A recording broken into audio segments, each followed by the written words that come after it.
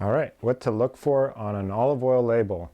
And this information can be carried across on other products as well.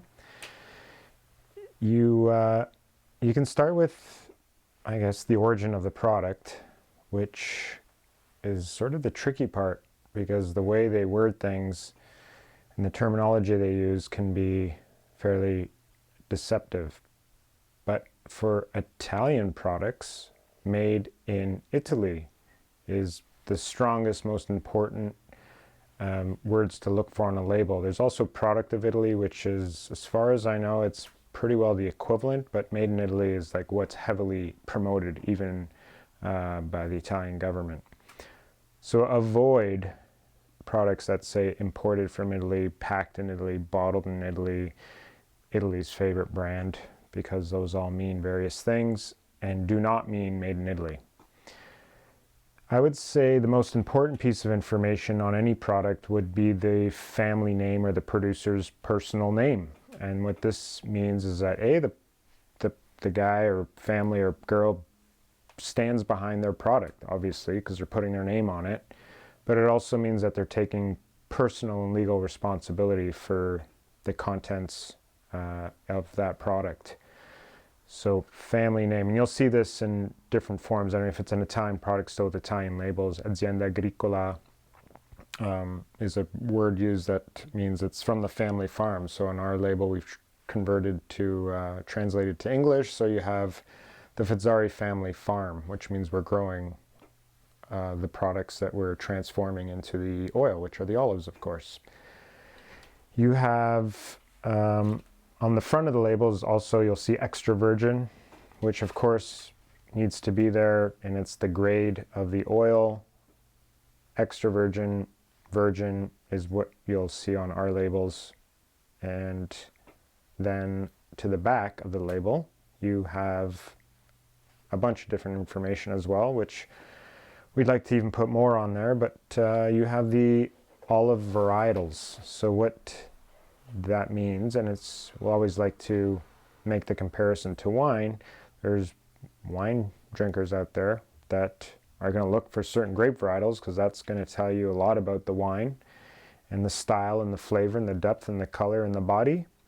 And the same thing goes with olives. And the fact that any producer and any company or brand is going to be stating the olive varietals is going to give you more confidence in that product. So look for the cultivars or the olive varietal species, and that once we get olive oil to where wine is, then people will understand that certain varietals have certain characteristics, and of course those characteristics and nuances will change with different producers, different altitudes, and different soil types across the regions that produce olives. How many olive varietals are there? There are 2,000 varieties of olives, most of which you can find, well, not most, but pretty well close to it. You'll find 850 different varieties throughout the Italian peninsula, which is a huge, diverse range of olive varietals, which plays into, Italian olive oils. It's like some people say, I don't like Italian olive oil. Like, have you tried the thousands of different olive oils that Italy has to offer, and all the different varietals and all the different blends and the complexities, and are all going to create different flavors and different types of nuances, aftertastes in the body of it. Other things to look for on the label are the actual address of where this product is being made.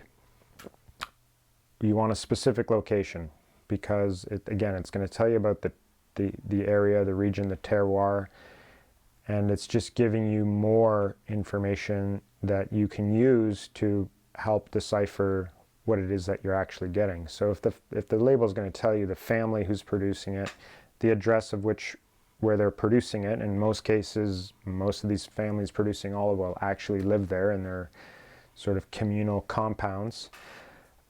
Then you have Google or whatever internet search engine you want to type in, Google Earth, and just look up that actual address and see what's going on there, or go and visit on your next culinary adventure. So would you say all these things are more important than organic? Yes. So what Uh, does organic mean in terms of like olive oil and just like other products that are from like in Italy? Does organic mean as much of a thing as it does here in like health food stores in North America? there is it's not as important in Italy as it is here, but there is other groups and certifying bodies that you have that Italians look for, like DOP, IGP, Slow Food, and other olive oil consortiums that will award their certificate, their logo to certain companies that adhere to these high quality standards. Organic, there is organic practices, of course, where companies that are growing, the farmers are growing olives, then there are certain, mainly there's the olive fly, which is the arch nemesis of olive. It's the only really insect that attacks the fruit of the olive tree. So there's pesticides used for that. And there's some fungicides mainly that are used because of, with climate change and the weather not, being in sequence with the seasons. And, if you have a cool, rainy spring and summer, then that's going to cause chaos with the olive itself because it'll bring on mold and fungus. Does organic not mean as much of a thing because the the, the soil and the land and just everything's kind of more pure in Italy? I would say because of the agricultural base to what Italy has been for thousands of years, that they've just been doing things a certain way for thousands of years, and the olive trees especially that have been there for thousands of years and been cultivated and harvested, then not much changed until, well, 150 years ago, whenever chemicals started to come out after the wars. And so that's, yeah, they've had the influence, and also because, GMOs are banned in most European countries, including Italy, then there's that component that Italy doesn't really tangle with GMOs. Plus, olives haven't been modified, and the It's cultivars. like religion there, right? Like, Yeah, it's food is their. It, Italy's known. The reason why Italy is so well known for their food is because it's so powerful, and it's the fundamental center point of their being.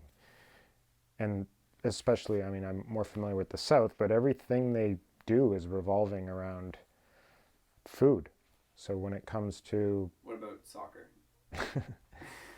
yeah, I would say that's up there too. And there's certainly the fanatics and most people that are heavily into the agricultural world, and they're too busy with reading Mother Nature and doing work in the land, and as well as just from harvest to producing, that maybe there isn't that much time for soccer. I don't know.